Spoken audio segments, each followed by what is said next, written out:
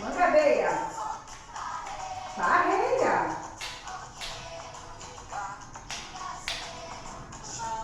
Vamos lá para a próxima atividade. Continuando a atividade, a maçã. Vocês vão pintar a maçã. Que cor é a maçã? A maçã é amarelo? É preto? É branco? Não. A maçã é vermelho, tá? Então, vocês vão pintar de vermelha, bem bonito pra prof, tá? E vão trazer a atividade aqui na escola, tá bom? Beijinho. Beijinho. Fiquem com Deus e até o próximo vídeo.